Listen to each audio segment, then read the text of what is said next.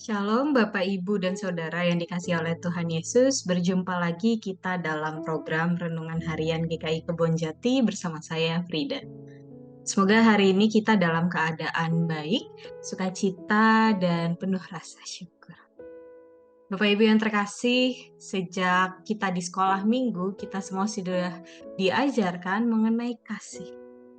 Sebagai orang Kristen, kita bersama-sama mengetahui bahwa dasar kehidupan kita adalah kasih. Dan yang paling penting adalah Allah kita adalah kasih itu sendiri. Sebagai anak-anaknya yang kita bersama-sama bertumbuh dan berakar dari Allah Bapa, sudah sepatutnya kita hidup penuh dengan kasih.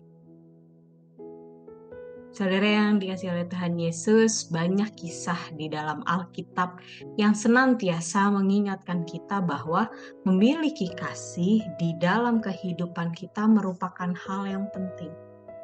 Seperti di dalam kisah di salah satu jemaat di Alkitab, jemaat Korintus. Korintus merupakan suatu kota yang berada di negara Yunani. Korintus pada saat itu merupakan kota yang sangat maju. Dapat dikatakan seperti kota metropolis masa kini. Korintus merupakan kota yang berkembang, baik secara intelektual maupun secara finansial. Kota yang sangat mapan dan bisa jadi kota yang didambakan untuk menjadi tempat tinggal. Mungkin kalau kita andaikan saat ini seperti kota Jakarta.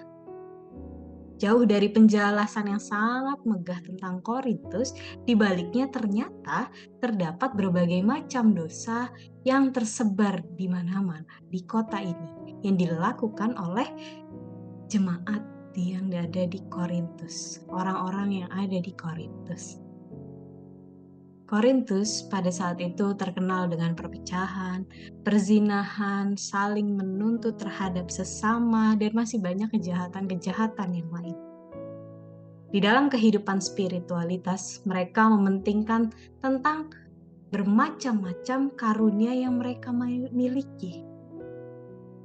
Tentu keadaan ini membuat banyak pihak bersedih, tidak hanya Rasul Paulus dan para pengikut Kristus yang lainnya.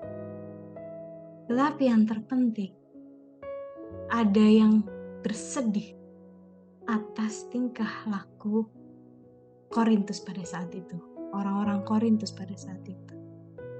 Tentu Yesus Kristus sendiri memiliki kehidupan spiritualitas yang baik, tidak selalu terpaku pada karunia-karunia roh yang dimiliki saja. Dan jika memiliki berbagai macam karunia, tidak salah dan tentu tidak ada artinya kalau kita hidup tidak memiliki kasih. Hal tersebut tidak berguna. Dalam bacaan kita pada hari ini 1 Korintus 13 secara keseluruhan dan poin utamanya di ayat 13 banyak sekali diajarkan atau dijabarkan mengenai kasih itu sendiri. Dan pada akhir perikop kita diingatkan poin tentang kehidupan spiritualitas kita, yakni demikianlah ketiga hal ini, yaitu iman, pengharapan, dan kasih. Dan yang paling besar diantaranya ialah kasih.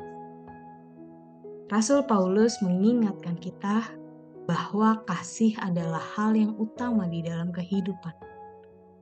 Rasul Paulus mengatakan hal tersebut tentu mengingat pengajaran yang diberikan oleh Tuhan Yesus Kristus.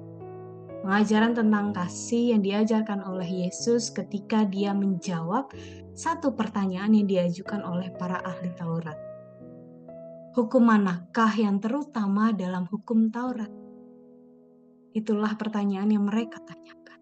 Kemudian Yesus menjawab, kasihilah Tuhan Allahmu dengan segenap hatimu dan dengan segenap jiwamu dan dengan segenap akal budimu. Itulah hukum yang terutama dan yang pertama. Dan hukum yang kedua yang sama dengan itu ialah kasihilah sesamamu manusia seperti dirimu sendiri. Pada kedua hukum inilah tergantung seluruh hukum Taurat dan kitab para nabi. Saat ini banyak dari kita yakin dan percaya bahwa Tuhan pasti mengasihi kita. Demikian juga dengan kita. Dengan segala keterbatasan kita, kita tentu mau mengasihi Tuhan. Kita mau mengasihi Tuhan dan mengasihi sesama. Karena pada dasarnya kita hidup di dalam kasih.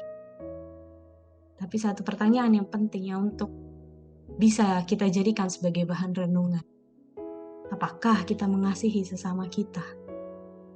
Apakah kita mengasihi mereka tanpa memandang siapa mereka, atau bahkan setelah yang mereka lakukan bagi kita? Apapun itu. Menyenangkan, bahkan menyakiti. Apakah kita tetap mengasihi mereka?